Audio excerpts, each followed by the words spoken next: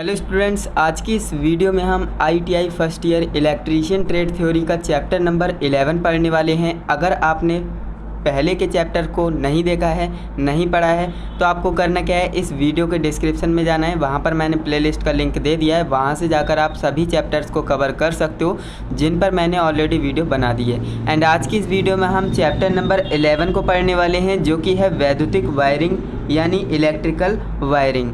आज के इस चैप्टर को हम शुरू करेंगे और ये चैप्टर काफ़ी ज़्यादा इंटरेस्टिंग है एंड काफ़ी ज़्यादा नॉलेजेबल है। अगर आपने इस चैप्टर को अच्छे से पढ़ लिया तो आपको इलेक्ट्रिकल वायरिंग से रिलेटेड काफ़ी सारे डाउट्स होंगे, वो सारे के सारे क्लियर हो जाएंगे एंड आप जो है इलेक्ट्रिकल वायरिंग अच्छे से कर पाएंगे। क्योंकि देखिए, आप एक इलेक्ट्रीशियन है ना, तो आपको ये चैप्टर तो पढ़ना ज़रूरी है, क्योंकि ये चैप्टर तो आपके लिए आपका फेवरेट होना चाहिए। इलेक्ट्रिकल वायरिंग है ना, इलेक्ट्रीशियन जो होते हैं वो वायरिंग ज़्यादातर करते हैं, जो कि भवनों की होती है ना, दुकानों की होती है, घरों की होती है। तो ये सारी वायरिंग्स जो है आपको करनी होती हैं। तो कैसे करते हैं, किन बातों को ध्यान में रखते हैं, वो सारी चीज़ें इस चैप्टर में बताई गई हैं। तो इस चैप्टर में मैं उन्हीं पॉइंट्स को डिस्कस करूंगा जो कि इम्पॉर्टेंट है आपके बोर्ड आपके एग्ज़ाम के पॉइंट ऑफ व्यू से, एंड आप जो है इन सभी चीज़ों को समझ पाएंगे। तो इस वीडियो को आप एंड तक ज़रूर देखिएगा।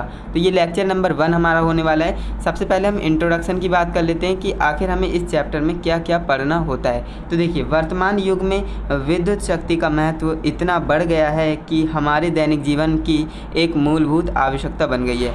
अब ये बात तो आप भी जानते हो कि भाई आजकल के टाइम में जो इलेक्ट्रिकल पावर है यानी कि वैद्युतिक शक्ति है यानी लाइट जो है ना, बहुत ज़्यादा महत्वपूर्ण हो गई है। इसके बिना लगभग सारे काम अधूरे हैं, है ना। कोई भी काम लगभग नहीं हो सकता जब लाइट ना हो, है ना।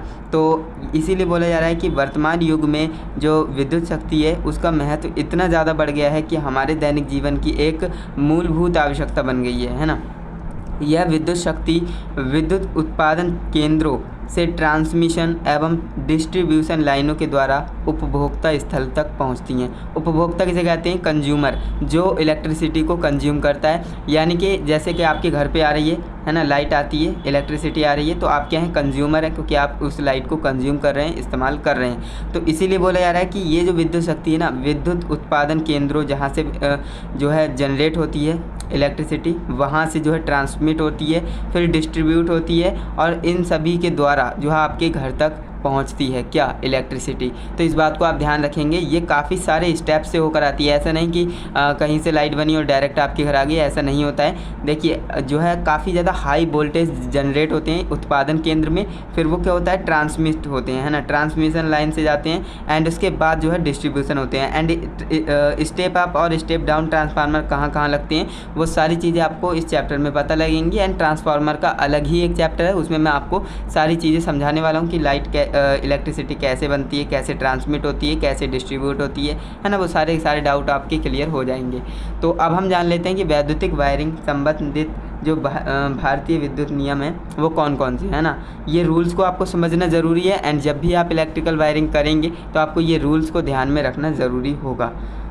तो यहाँ पर हमने लिखा है IE रूल्स, है ना, Indian electrical rules related to electrical wiring. तो इसे आपको ध्यान में रखना बहुत ज़्यादा ज़रूरी हो जाता है। तो देखिए, इसमें होता क्या है, वैद्युतिक वायरिंग की स्थापना एवं संबंध कुछ नियम बनाए गए हैं जो कि निम्न प्रकार हैं। यहाँ पर लगभग आपकी बुक में 27 से 28 नियम दिए गए हैं। तो जो इम्पोर्टेंट है वो मैं आपको बता दूंगा, बाकी मैं सब तो लिख नहीं सकता, क्योंकि ऐसे अगर मैं लिखने लगा तो काफ़ी बड़े बड़े नोट्स हो जाएंगे और आप भी बोर हो जाएंगे, है ना। तो आप अपनी बुक से पढ़ लीजिएगा। बाकी मैं जो है मेन पॉइंट्स हैं जो कि आपको समझाने ज़रूरी हैं वो आपको बता रहा हूँ। देखिए, वैद्युतिक वायरिंग लाइसेंसधारी ठेकेदार से ही बनवानी चाहिए, करानी चाहिए। अब देखिए, मान लीजिए आपका नया नया घर बनाया है ना, उसमें आपको करवानी है इलेक्ट्रिकल वायरिंग।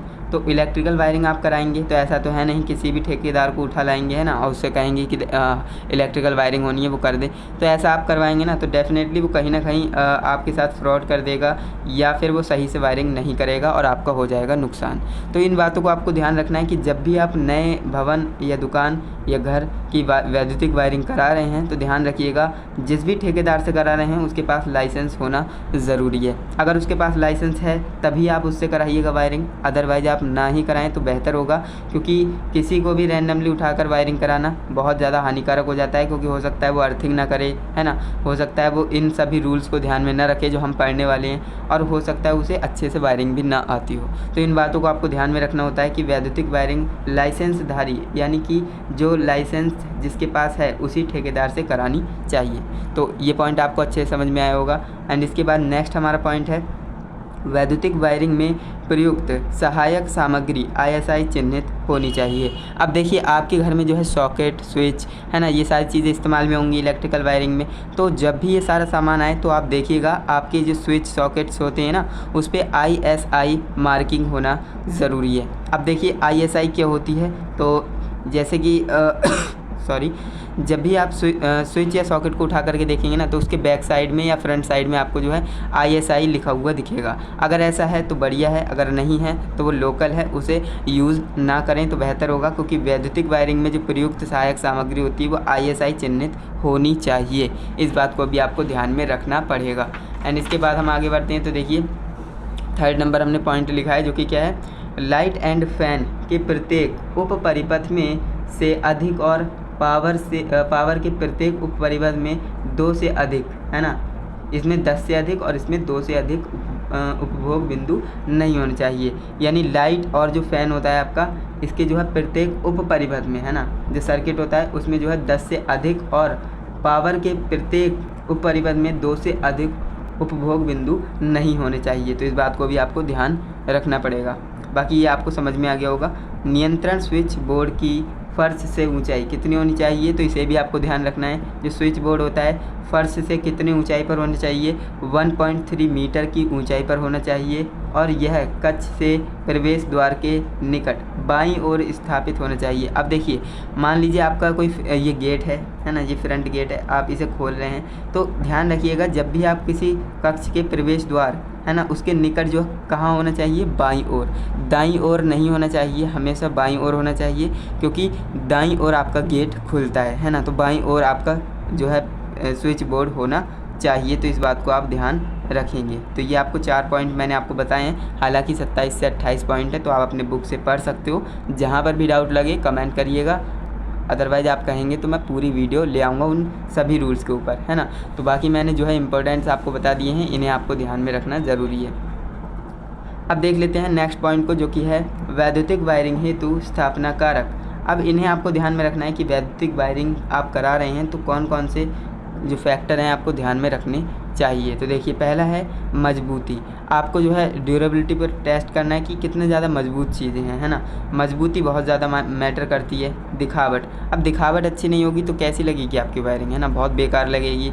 तो इसे भी आपको ध्यान में रखना है। किफ़ायती बोले तो सस्ती होनी चाहिए। अब ऐसा भी नहीं कि आपकी मजबूत है, दिखावट भी अच्छी है लेकिन बहुत महंगी है, तो महंगी तो नहीं होनी चाहिए, है ना, सस्ती होनी चाहिए। तो ये सस्ती भी होना ज़रूरी है। सुरक्षित होनी चाहिए, है ना, और अग्नि से सुरक्षा होनी चाहिए उसकी। अगर अग्नि से ऐसा तो है नहीं। अब देखिए जो आपके स्विच बोर्ड होते हैं, स्विच सॉकेट होते हैं, वो डायरेक्ट प्लास्टिक के तो नहीं बनते। प्लास्टिक के बनते तो उनमें स्पार्किंग होकर वो मेल्ट हो जाते, जल जाते, हैं ना। तो वो जो है एक केमिस्ट्री में मैंने आपको बताया था, तो वो बैकेलाइट के बनाए जाते हैं। बैकेलाइट क्या होता है तो उसके बारे में मैंने आपको बताया था। बैकेलाइट जो है जितनी ज़्यादा हीट उसे मिलेगी वो उतनी ज़्यादा हार्ड होती रहेगी, है ना। तो ये आपको ध्यान रखना है कि अग्नि से सुरक्षा होनी चाहिए आपके जो स्विच सॉकेट या जो भी आपकी वैद्युतिक वायरिंग की सामग्री है उसकी, है ना। जीवन काल, लाइफ टाइम उसका ज़्यादातर होना चाहिए, है ना। ऐसा तो है नहीं कि 1 साल में ही ख़राब हो जाए, तो ऐसा नहीं होना चाहिए। जीवन काल उसका ज़्यादा होना चाहिए। सुविधाजनक होनी चाहिए, है ना, जो आपको सुविधा दे सके। तो ये भी आपको ध्यान रखना है। तो ये इन पॉइंट्स को आपको ध्यान में रखना है। इनके अंदर आप कुछ लिख भी सकते हो, बाकी मैंने आपको मेन हेडिंग बता दी है, इन्हें आपको ध्यान में रखना ज़रूरी हो जाता है। एंड इसके बाद आपको करना क्या है, 2 डायग्राम बना लेने हैं। मैं आपको बता देता हूँ कौन से डायग्राम हैं वो। तो यहाँ पर आप देखेंगे ना, चित्र आपको मिल जाएगा आपकी बुक में, इंटरमीडिएट स्विच, है ना, ये आपको बना लेना है। इंटरमीडिएट स्विच ये कहलाता है, तो इसे आप बनाइएगा क्योंकि डायग्राम बनाना ज़रूरी है आपके लिए। ITI में ये वाले पेज मिले होंगे तो इन पर आपको डायग्राम बनाना ज़रूरी हो जाएगा। तो हर चैप्टर में क्या क्या डायग्राम बनाना है वो मैंने आपको बता दिया है, और मैंने इसकी PDF आपको कंप्लीट प्रोवाइड करा दी है। तो आप टेलीग्राम चैनल पर जाएंगे तो वहाँ पर आपको इसकी PDF मिल जाएगी। तो इंटरमीडिएट स्विच का आप जो है डायग्राम बना लीजिएगा। एंड यहाँ पर जो है इस इस वीडियो में हम इतना ही रहने देते हैं, जो कि मैंने आपको आज क्या क्या पढ़ाया।